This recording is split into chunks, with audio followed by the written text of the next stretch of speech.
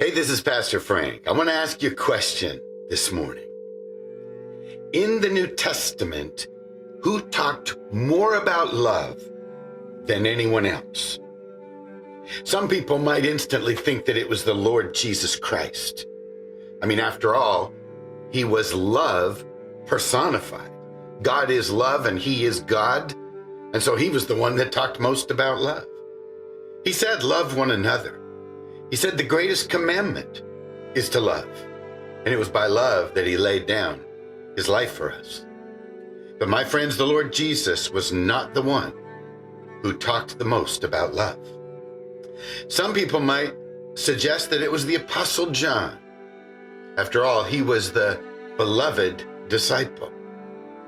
His first epistle says that we ought to love one another, for God has loved us, and it is by love that we will be known as the people who know God. But my friends, it was not the Apostle John.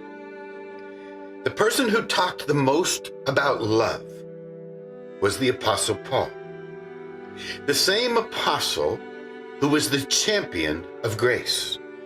And that presents us with a very interesting observation. If we are the ones who truly know the grace of God, then should we not also be known as those who love? For it is the grace of God that teaches us to love. It is the grace of God that puts us in union with God, who therefore provides love through us. As I look at the church, though, and the people who claim to know grace, I'm not seeing that love expressed. I'm seeing a lot of contention on social media. I see a lot of arrogance. I think that the people of grace are succumbing to the very same thing that happened to the children of Israel. And that is that revelation, sometimes used by the flesh, produces exclusivism. We're the ones in the know. We're the favored ones. We're the elite. And we end up with pride. And pride exalts itself to the exclusion of others. This is not how it should be.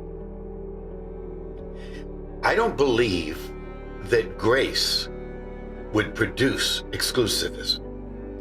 And maybe what that behavior is doing is calling into question whether we really do know grace the way we think we do.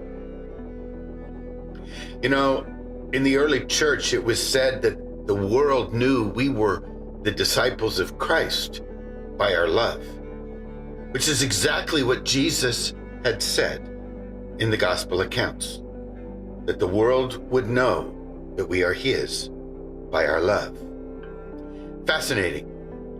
It's not that we're known by our correct doctrine. It's that we are known by our appropriation of doctrine, which produces life-transforming love. Community of Grace, let's put an end to this self-exaltation and this bickering and this contentious spirit. It's okay to contend for the faith. It's okay, as Isaiah 1:18 says, to reason together. But it's not okay to have arrogance, pride, and exclusivism. Something to think about. Pastor Frank, have a great day.